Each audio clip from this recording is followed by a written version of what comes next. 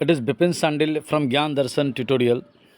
देखिए, जो लोग अकाउंट्स में बिगिनर्स हैं या मान लीजिए एमबीए करने के दौरान या बीबीए बीसीए, बाकी पहले आप आर्ट्स या साइंस बैकग्राउंड से थे और you have started just as a commerce student, तो देखिए कुछ इनिशियल्स अकाउंटेंसी में बातें जो आपको जानना चाहिए। जैसे यहाँ पर दिया है बुक कीपिंग क्या होता है।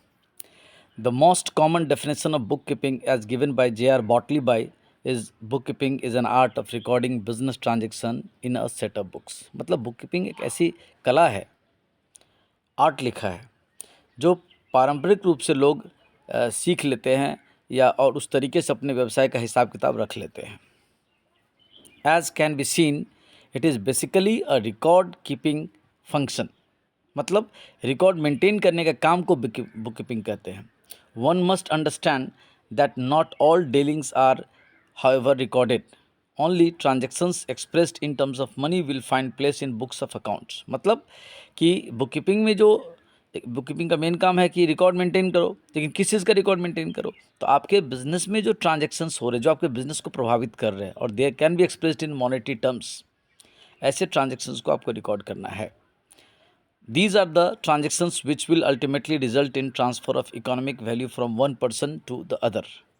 मतलब कि ट्रांजेक्शन्स जो मनी में कन्वर्ट किया जा सके और उसका इकोनॉमिक इम्पैक्ट हो, कोई बेनिफिट गिवर हो तो कोई बेनिफिट रिसीवर हो, that is recorded in book keeping.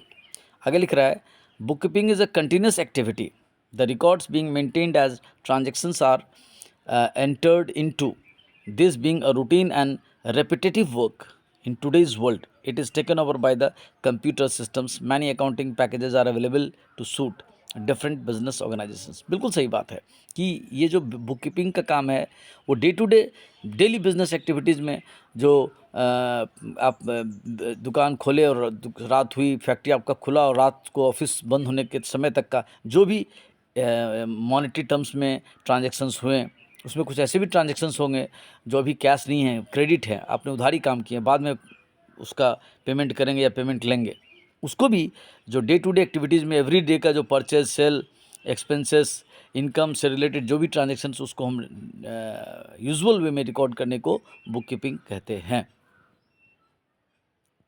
लिख रहा है, it is also referred to as a set of primary record, these records form the basis of accounting. और ये जो डे टू डे डेली का अगर हम लोग अकाउंट मेंटेन करते हैं, बुक कीपिंग का काम करते हैं, तो वही चीज़ पीरियोडिकली हम लोग को फिर फाइनल बुक्स ऑफ अकाउंट बनाने के लिए जो अकाउंटिंग चाहिए, अकाउंटिंग का नॉलेज चाहिए, उस अकाउंटिंग का आधार बुक कीपिंग ही है।